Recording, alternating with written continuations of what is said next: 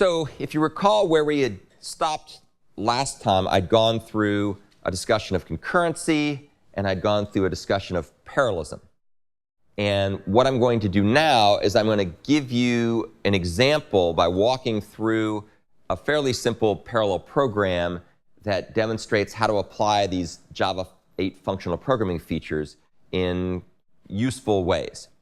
And this is a program called thread join test updated, which you can get at my GitHub repository. And I'll show you what it does when you actually run the code. So what it does is it searches for a list of phrases. A little redundant. The program searches for a list of phrases to search for, searches for a list of phrases in the complete works of William Shakespeare. So I downloaded the complete works of William Shakespeare, and I put them into an interesting format that makes them searchable.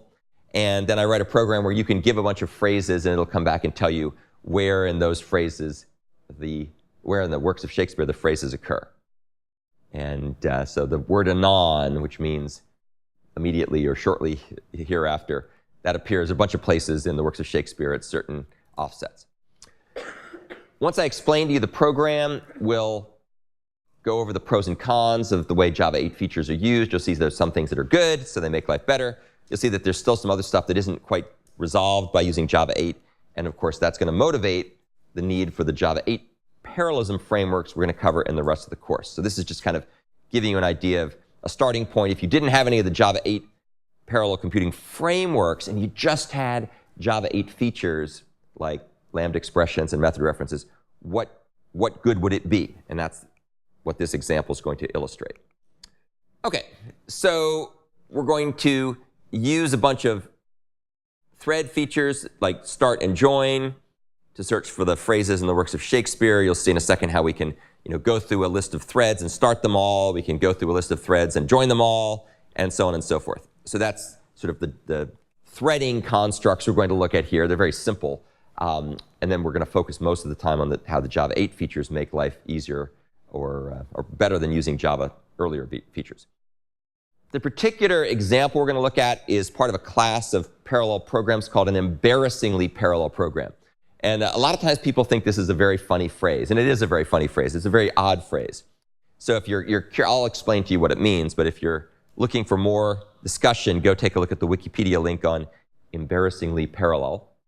The way to think about this, well, first I'll tell you what it means, and I'll tell you how to think about it. So an embarrassingly parallel program is a program where there are no data dependencies between the worker threads. So what that means is that as long as you've got cores, as long as you've got separate processing units that can run in parallel, then the program will just pretty much scale up linearly because there's no dependencies between any of the computations. They just all run in parallel.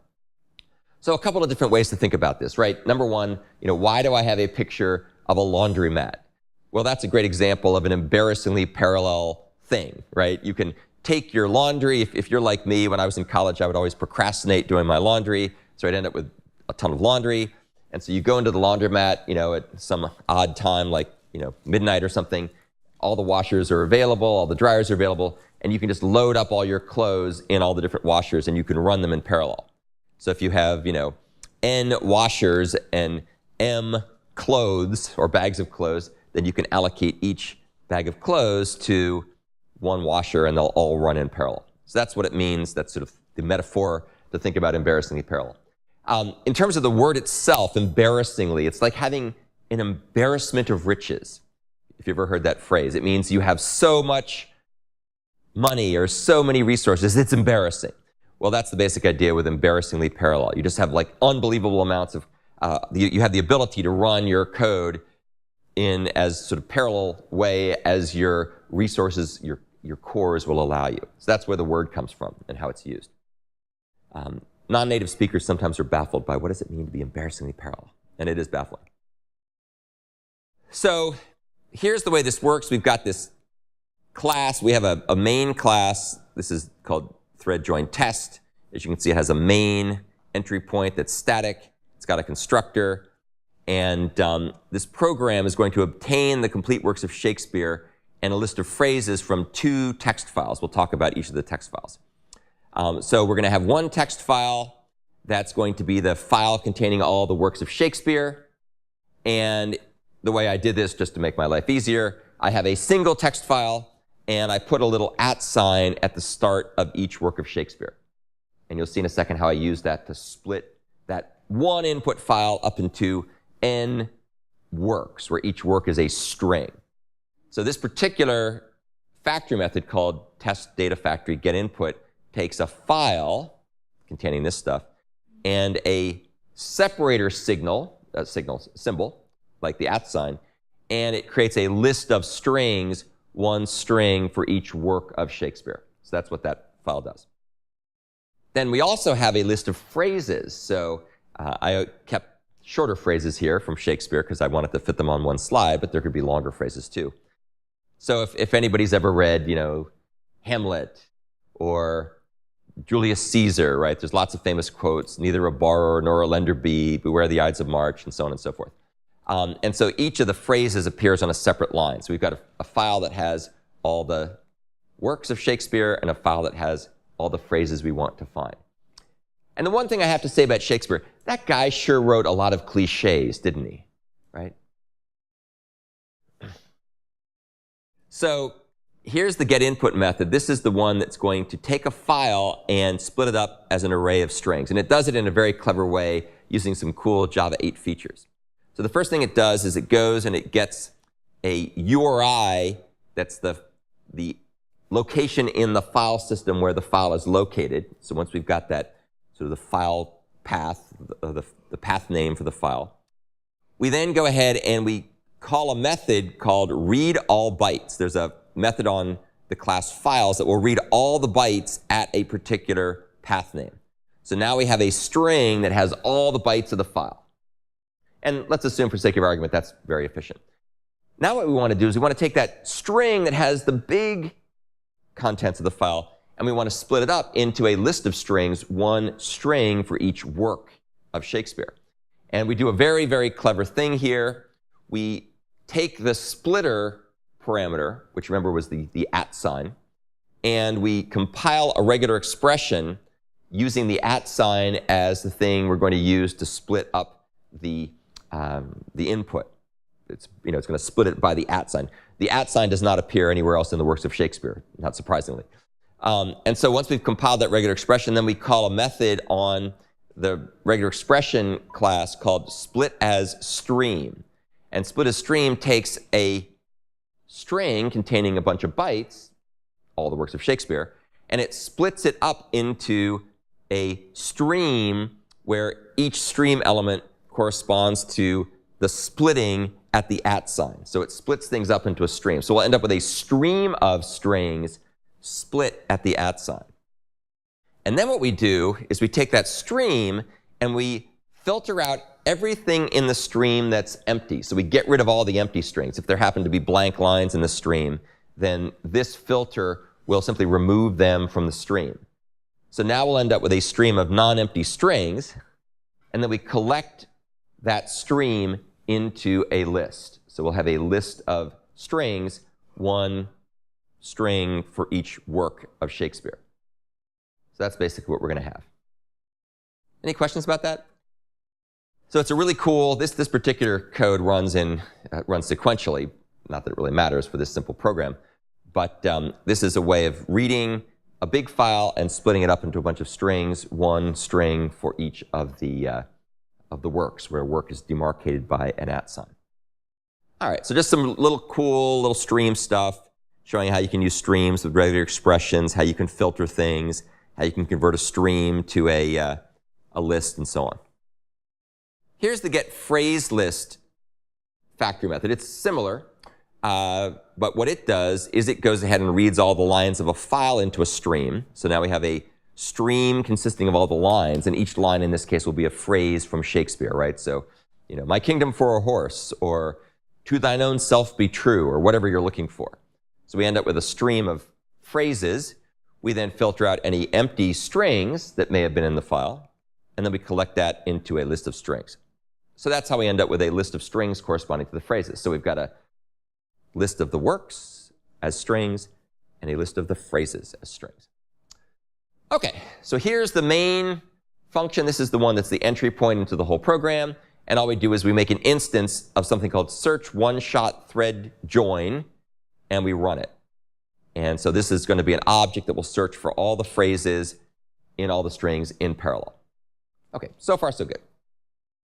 There's a bunch of interesting Java 8 features I want to look at. So first of all, keep in mind that the run method is the one that's going to start a bunch of threads that are going to search for all these phrases in parallel. That's what we're trying to do here. And I'm just going to show you each of the pieces of this method and show you how it uses cool Java 8 stuff. So the first thing we do is we flexibly create some worker threads using a factory method. The factory method is one we wrote. I'll show you its implementation in a second. And it's called make worker threads. As you may recall from CS 251, hopefully, the factory method is a pattern, and you often use it to make stuff. So it's a way of hiding the details of how things are made from the way it's used once it's made. So we get back a list of threads. And each of the threads is going to run a method called process input. I'll talk about that in a second. This method, the process input method, is going to search for phrases in one work of Shakespeare. So it's going to take a string, which will be the work of Shakespeare, like Julius Caesar or Macbeth or Hamlet or whatnot, and it's going to go look for all the phrases of interest in that string. And the way this is going to work, kind of a foreshadowing, is we're going to have a separate thread for each work of Shakespeare. The parameter to make worker threads is a functional interface. We talked about this a week or so ago. This is the functional interface. And as you can see, it takes a string and it doesn't return anything. And it's going to be used to actually process that input. So you can see here that process input is a parameter that's passed. This is a method reference. This is a method. This is a method reference. And make worker threads, which is this method up here, is going to take a function which has a string as its input parameter, and it doesn't return a result. We just don't need to return a result in this case. So it's void with a capital V. OK, here is the implementation of this factory method. So as you can see, this factory method is going to create a list of threads that will be joined when their processing is done. Notice it actually doesn't start the threads, it just creates them. Here is the first thing it does. It makes an empty list of threads, which is implemented as an array list. We then use the ForEach method to iterate through every element in the input. Remember, so we have the input list. That's the list of the works of Shakespeare.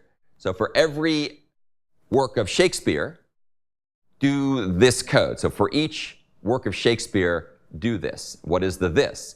What we're going to do here is we're going to create a new thread, which is going to apply the task passed to it, in this case, the process input method.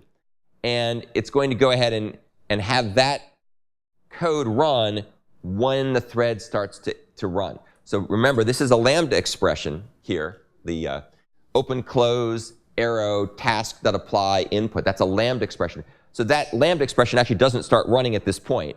This lambda expression will start running when the thread is started. So right here, we're just giving it the work to do. We're binding the work, which is passed in as a function, to the newly created thread.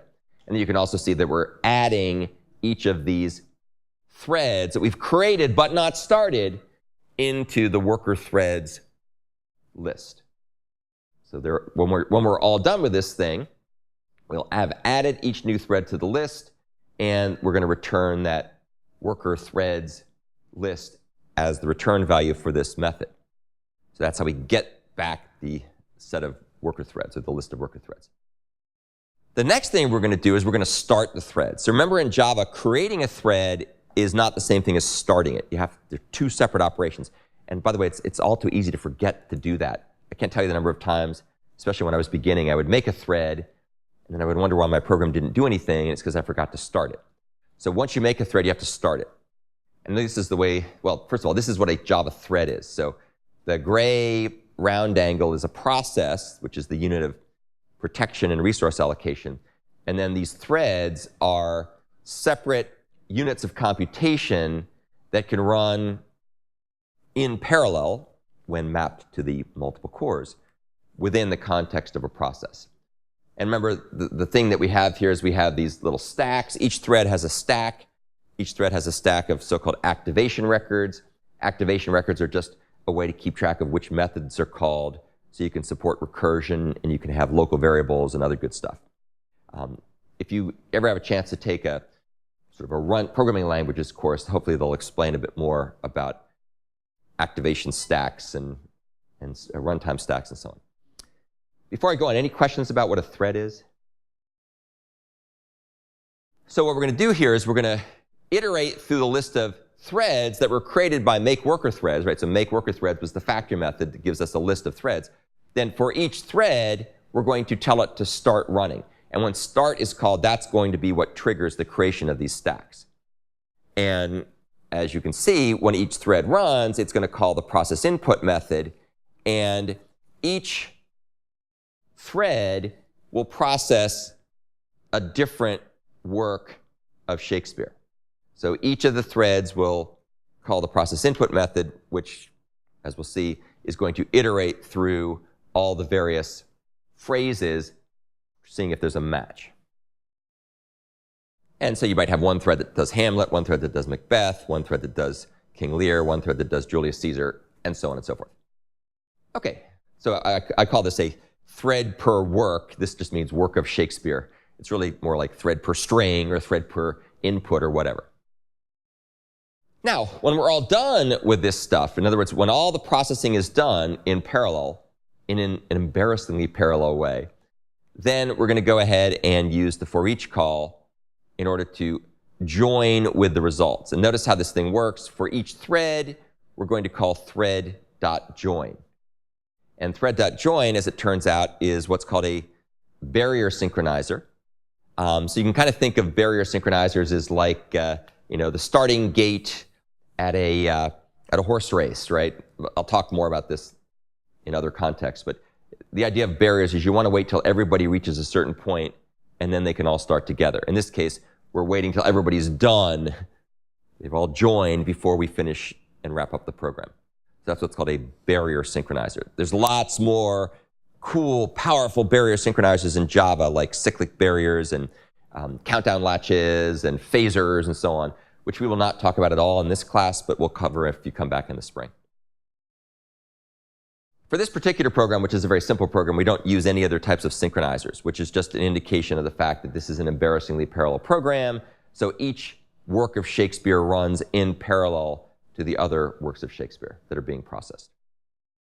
OK, any questions about the basic idea? Yeah? Oh, great. Great question. So what will happen here, let me go back to this example. I could probably actually do a better job of animating this. But when start is called, let's say, for sake of argument, there's only 4 works of Shakespeare, so we can keep it simple here.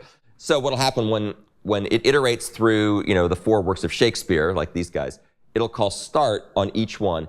When start is called, it'll create the thread, and it'll begin to run it by calling the run method. And if you recall, the run method is going to be this process input. It's going to turn around and do this. So the run method on each thread will actually be this lambda expression that says task.apply on the input, on the work. And if you remember over here, the task that we were doing was process input, which is this method, which I don't really show, which just looks through each input work for the phrases we're trying to find. Quentin.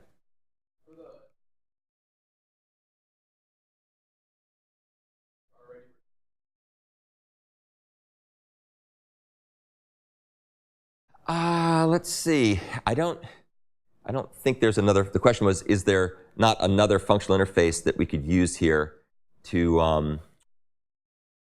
don't think that there's one that takes a string and returns void. So predicate takes a parameter, but it returns a Boolean, right? And we don't need it to return anything. There's some tricks we could play if we wanted to, but by making, we could always make process input, return a Boolean or something like that. Then you could use predicate, but that would be weird because it's not really a predicate. It's really a function that just doesn't have a return value. So that's probably the cleanest way to do it. That's a good question, though. We could also define our own functional interface that it was custom defined for this. That might not be a bad idea, too. OK, so basic idea, create a bunch of threads with a factory method, start them all with a for each loop. They all go and do their thing in parallel in an embarrassingly parallel way because there's no dependencies. And then we wait for them all to finish, and then we print some results and exit. So that's basically the structure of the program. All right, so you've seen the program. What are the good things about this program? Well, the good things are that compared to a previous version that I wrote a number of years ago before Java 8 was fresh in my mind, this is a big improvement, or this is an improvement. It's not a huge improvement. It's an improvement over writing the code using classic non-functional Java techniques. So let's take a look at what the old code used to look like. This is what the older version looked like. So first of all, you'll notice that it had a range, an index-based for loop, right? So for I equal 0, I less than m input.size. M input is the list of input strings. I plus plus or plus plus I. We make a new thread, make a task. We'll talk about make tasks in a second for input I, and then we add that to the list. So this part's pretty much the same. The difference here is we're just using a range-based for loop. An index-based for loop. And then down here, you can also see our make task method took an index, I, and it made a new runnable with a run method, and then it would go and get the ith input string from the list using the get method with the index I, and it would call process input. So, this code worked, it was correct, but it was tedious and error prone, right? The minute you start writing index-based for loops, chances are you're going to have range fence post errors if you're not really careful, and even if you are careful, you'll still get them from time to time. And having to type all this extra syntax is just tedious, and why do it, right? Much cleaner to use a lambda expression. So in contrast, the Java 8 implementation is a little bit more concise and extensible. First of all, we have the ability to pass in method references, so it's easier to parameterize the names that we want to run. This is kind of hard-coded with a particular input processing method, process input. Over here, we could have a different one that worked in a different way. It would be easier to pass that parameter to the factory method so we could change what it is because it's a method reference. It can be bound to different implementations. Using like the for each in the start, it's a little bit cleaner. Notice how we don't have the index-based for loop anymore, so we're never going to have to worry about indexing incorrectly into the list of threads. It's easily handled for the for each method. And and we can use lambda expressions to kind of clean things up ever so much, so it's not quite so verbose as this and not quite so hard-coded. So it's a little bit better. So for each, functional interfaces, method reference, lambda expressions, it's arguably cleaner. However, we really haven't gotten to the heart of what makes the code we looked at less than ideal. And that's because there's still a bunch of accidental complexities lurking in our current implementation. And an accidental complexity is simply a form of complexity that arises when we use software techniques, tools, methods, languages, and so on that have certain limitations. So some of the features in Java 8 some of the features in versions of Java before Java 8 have limitations. So here's an example. So we have to remember to manually create and join the threads. You have to remember to start the thread each time. It doesn't start for you. And that's something that's easy to forget to do, taking from my personal experience. So you have to remember to do that. You also have to remember to join the threads. And sadly, this is weird, when you start trying to use the join method on a Java thread with Java 8 features like a for each loop and a lambda expression, it can get really ugly. And the reason it gets ugly is because the join method on a Java thread has something called checked exceptions. And checked exceptions are something that make it complicated, more complicated than you might want to use in the context of a functional interface like for each. There are ways around this, actually very clever ways, perhaps too clever for their own good, using something called sneaky exceptions or exception laundering. I heard that term used from time to time. If you go to the Stack Overflow article, it'll talk more about this. It's actually pretty cool, but what we can do here is we can write a little adapter that will let us wrap thread join in such a way that it'll convert a checked exception into a runtime exception. And then we can kind of clean up this for each loop. I won't talk a whole lot about this right now, but if you're curious, you can take a look at the code. It's got that implementation in the thread join test updated version. You can go see what it does. And this article here talks a bit about how it works. It's kind of cool. So that was one problem. You have to manually manually create and join the threads. Another problem is that there's only one parallelism model supported, the thread per work, where work is work of Shakespeare. Hard codes the number of threads to the number of input strings. And that's hard coded right here. So that's the one and only model we've got. Now, if you have a relatively small number of input strings, it may not be a big deal. If you were to, for example, to take, I don't know, think of some author who's written more than Shakespeare. Maybe, I don't know, Stephen King, or who else is very prolific? L. Ron Hubbard, right? Written lots of books. You'd have a lot of threads running around, and that might be the wrong way to do things. We'll talk more about that later, but this hard-coded nature of the program is a problem. And if you want to change these properties, if you want to have something other than one parallelism model supported, you've got a lot of rework to do with the code. And that's because the code is very imperative. It says what to do, not what you want to have done. So even though it's more abstract than the Java 7 version, the Java 8 version is still more limited. So you're really going to have to come in there with, a chainsaw or an X-Acto knife and redo a lot of work in order to be able to make stuff make changes in the way it works.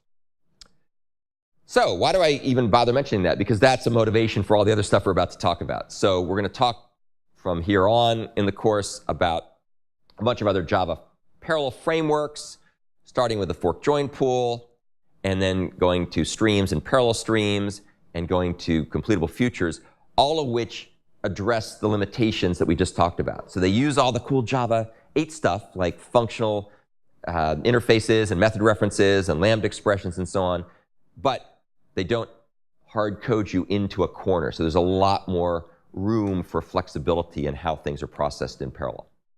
And a lot of times you can make those changes without modifying your program. You just tweak sort of the way the pools work under the hood, which we'll talk a lot about as well. Okay, so that is the end of those slides.